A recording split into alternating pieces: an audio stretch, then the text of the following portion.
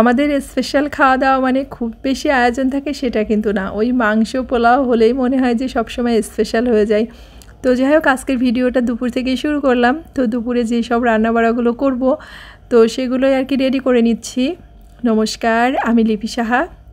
Hello everyone, কী অবস্থা, কেমন আছেন সবাই? আশা করছি খুব খুব ভালো আছেন সবাই। তো কি রান্না করব আর কিভাবে কি রান্না করি সে সব কিছু আজকের ভিডিওতে শেয়ার করব। এখানে এই যে মুরগিটাকে কেটে একটু পরিষ্কার করে নিচ্ছি আর ফ্রাই করব, তাই ফ্রাই করার জন্য মুরগিটাকেও ছোটো ছোটো করে কেটে নিচ্ছি। তো বাজার থেকে একদম কেটে পরিষ্কার করে নিয়ে এসেছে, তারপরও বাসায় আনার পরে আমার একটু খুঁটিনাটি পরিষ্কার না করলে ভালো লাগে না। তো যাই হোক, এখানে ফ্রাইয়ের জন্য এই যে ছোটো ছোটো করে কেটে ভালো করে ধুয়ে নিয়েছি, আর যা মশলা লাগবে সেগুলো দিয়ে চিকেনটাকে একদম মানে ম্যারিনেট করে রেখে দেব। তো এখানে একটু বাটা মশলা নিয়ে নিলাম, যেটা রোস্টের জন্য করেছিলাম, আর একটু আদা রসুন পেস্ট নিয়ে নেব, দুটোই একসাথেই বেটে রেখেছি। তো রান্নাটা শুরু করার আগে সব মশলা টশলাগুলো যা লাগবে একদম রেডি করে নিয়েছি, যাতে দুই চুলাতে চটজলদি রান্নাটা করে নেওয়া যায়। তো যাই হোক, চিকেনটাকে ম্যারিনেট করে যে পাশে রেখে দিয়েছি, আর রোস্টের জন্য যে মাংসগুলো রেডি করে রেখেছিলাম তো ওর মধ্যে একটু লবণ একটু হলুদ এই যে মেখে নিলাম। আর এপাশে পোলাওটা বসিয়ে দিয়েছি, মানে পোলাওর জন্য জলটা।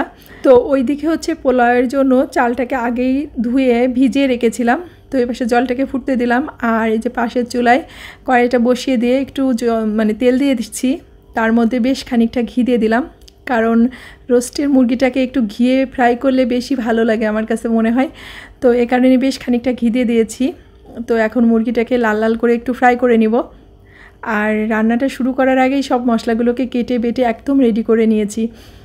তো এদিকে যে ফ্রাইটা হয়ে গেছে, আর এই রোস্টের ফ্রাইয়ের ক্ষেত্রে কিন্তু চুলার জালটাকে একটু বাড়িয়ে ফ্রাইটা করলে ভালো হয়। তাতে কী হয়, মানে মুরগি থেকে জলটা কিন্তু বের হয়ে আসে না, সেটা রোস্টের ক্ষেত্রে অনেক ভালো হয়। আর আস্তে করে জাল দিয়ে সেটা ফ্রাই করলে কিন্তু ওই জল বের হয়ে আসে, তখন কিন্তু ফ্রাইটা ভালো হয় না। তো আমি এটা আমার অভিজ্ঞতা থেকে বললাম। আর এই যে সব ফ্রাইগুলো করে নিয়েছি, এখন গোটা মশলা দিয়ে দিলাম তেলের মধ্যে, আর যে ঝুরি ঝুরি করে কাটা পেঁয়াজটা ছিল সেটাকে দিয়ে একটু ভালো করে একটু ভাজা ভাজা করব, মানে খুব বেশি লাল করব না, তাহলে রোস্টের কালারটা নষ্ট হয়ে যাবে।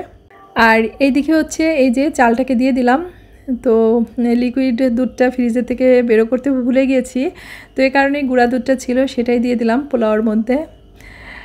আর এদিকে যে পাশের চুলায় মশলাটাও প্রায় কষানো হয়ে গেছে, এখন একটু ওই যে পোস্তদানা ধনে আর একটু জিরে বেটে রেখেছিলাম, তো সেই মশলাটা দিয়ে দিলাম।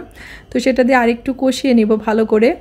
তো এরপর যে একটু হলুদের গুঁড়া দেবো, একটু মরিচের গুঁড়া দেবো। তো আর একটু মশলাটাকে ভালো করে নাড়াচাড়া করে কষিয়ে নিয়েছি। তো এ পর্যায়ে একটু হচ্ছে বাদাম বাটা দিয়ে দিলাম, আর হচ্ছে টক দই দিয়ে দেবো। তো মশলাটা কিন্তু তেল ছেড়ে দিয়েছে, মশলাটা অনেকটাই হয়ে আসছে। তো এ পর্যায়েও কিন্তু রোস্টের মানে মুরগিটাকে দিয়ে দিলে হয়ে যায়, তবে আমি যেটা করি, আমি আরেকটু বেশি সময় ধরে আর কি মশলাটাকে কষিয়ে নিই। তো মশলাটা তেল ছেড়ে যাওয়ার পরেও যদি আস্তে আস্তে জাল দিয়ে মশলাটাকে কষিয়ে নেওয়া হয়, তাহলে সেই মশলার কিন্তু রান্নাটা বেশি স্বাদ হয়। তো এদিকে পোলাওটাও হয়ে গেছে, এখন ঘিটা দিয়ে এটাকে হচ্ছে দমে বসিয়ে দেবো, মানে চুলাটা অফ করে দেব।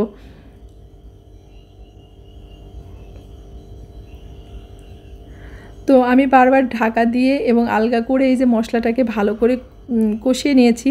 তো মশলাটা দেখেই বুঝতে পারছেন একদম ক্রিমের মতো হয়ে গেছে। তো এ পর্যায়ে হচ্ছে যে মুরগিগুলো আর কি ফ্রাই করে রেখেছিলাম, তো সেগুলোকে সব দিয়ে দিব।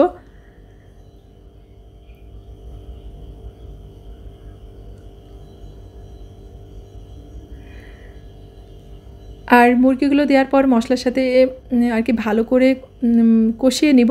এ পর্যায়ে কিন্তু একটুও জল দেব না, কারণ ওই মাংস থেকে যে পরিমাণে জলটা বের হয়ে আসবে তো সেটা দিয়েই আর কি কষানো হয়ে যাবে। তো আমি রোস্টের ক্ষেত্রে কখনোই আর কি প্লেন জলটা ব্যবহার করি না, মানে এইভাবে আস্তে আস্তে জাল দিয়ে মুরগিটাকে কষিয়ে নিই। তো দেখেন অনেকটাই জল বের হয়ে আসছে, প্লাস হচ্ছে মাংসটাও কিন্তু আস্তে আস্তে কষানো হয়ে যাবে এই জলেই। তো এভাবেই আমি সবসময় আর কি রোস্টটাকে রান্না করি।